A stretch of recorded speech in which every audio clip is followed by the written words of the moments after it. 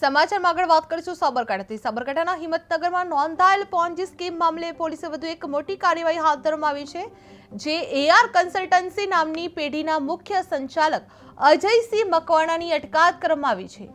આરોપી રોકાણકારોને બેંક કરતા 5 થી 10% વધુ વ્યાજની લાલચ આપી કરોડો રૂપિયાની છેતરપિંડી કરતો હતો, જે આ મામલે ઓક્ટોબર 2025માં હિંમતનગર એ ડિવિઝન પોલીસ મથકે ફરિયાદ નોંધાઈ હતી।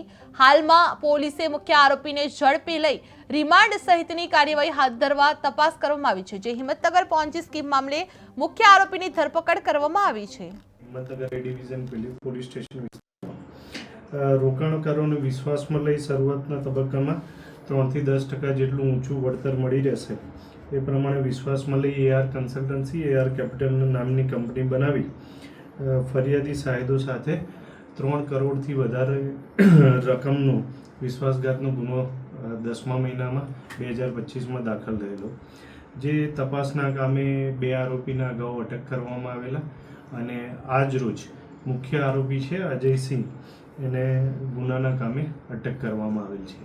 અગાઉ કોઈ આરોપીની આમાં ધરપકડ કરવામાં આવી? અત્યાર સુધી કેટલા રોકાણકારોએ આની સામે ફરિયાદ નોંધાવી? અગાઉ 2 આરોપીને અટક કરવામાં આવેલા મેં આપને જણાવ્યું છે, અને ફરિયાદ જે ફરિયાદીએ આપેલી છે એ ફરિયાદના કામે અન્ય સાહેદો પણ આમાં સામેલ છે, અને બધાની ભેગી રકમ 3 કરોડ 40 લાખથી વધુ થાય છે।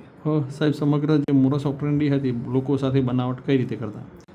એ રાષ્ટ્રીયકૃત બેન્કો અને અન્ય નાણાકીય સંસ્થા કરતાં ઊંચા વળતરની લાલચ આપી આ ફરિયાદીને ભોગ બનનાર સાથે આ લોકો વિશ્વાસ કેળવી અને એમની પાસે પૈસા રોકાવતા હતા।